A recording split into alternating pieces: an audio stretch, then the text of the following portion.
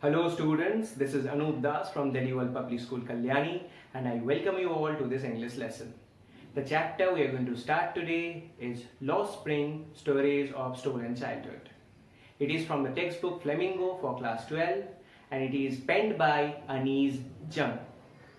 Well, as the title suggests, this chapter is divided in two short stories. And the topic that we'll cover here include information about the author, hence we'll talk about the title of this chapter and will be followed by brief summary of both the short stories. So let's begin. She is Ch2. She is an Indian author, journalist and columnist for newspapers in India and abroad. She was born in the year 1944 in Rourkela, Odisha. She is around 76 years old. She belongs to an aristocratic family in Hyderabad. Her father, Nabam Hoshiarjung, was a renowned scholar and a poet as well. And her mother and brother are also well-known Urdu poets.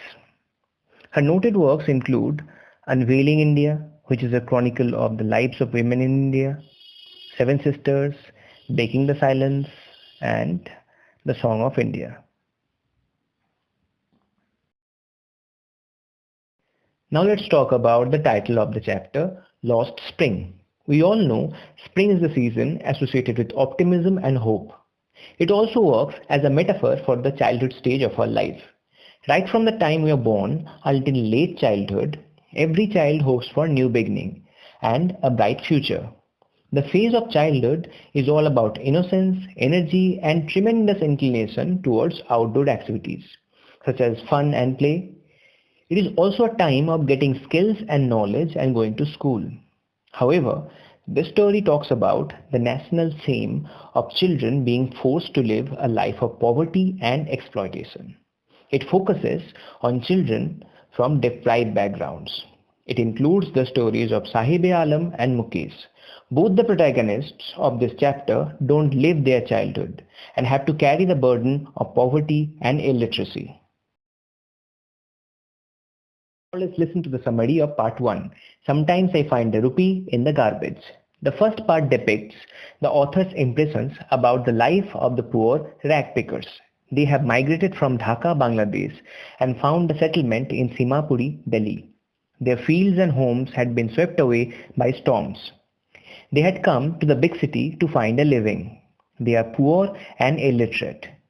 The author watches Sahib every morning looking around for gold in her neighborhood garbage dump. Garbage is the only means of survival for the elders, and for children it is something wrapped in wonder. These little children too have desires, but they do not know how to achieve them. Sometimes they get a coin or two from the garbage, sometimes they get a sou, and these are referred to as gold. Later, the protagonist of the story, Sahib, joins a tea stall, where he could earn only 800 rupees and all meals. Hence, Sahib is no longer his own master, and he has become somebody's servant. Second part of this chapter, Lost Spring, deals with the life of Mukesh, who belongs to a family of bangle makers. Firozabad is known for its glass blowing industry. About 20,000 children are engaged in this business, and child labor is openly practiced here. The living condition and working environment is awfully terrible here. Working close to hot furnaces make these children blind once they become adults. Weighed down by debt, they can never think of coming out of this trap.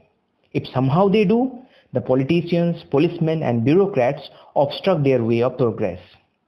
Mukesh, the protagonist of this story, is different from others. He dreams to become a motor mechanic and drive a car. But the question is, will he be able to do so?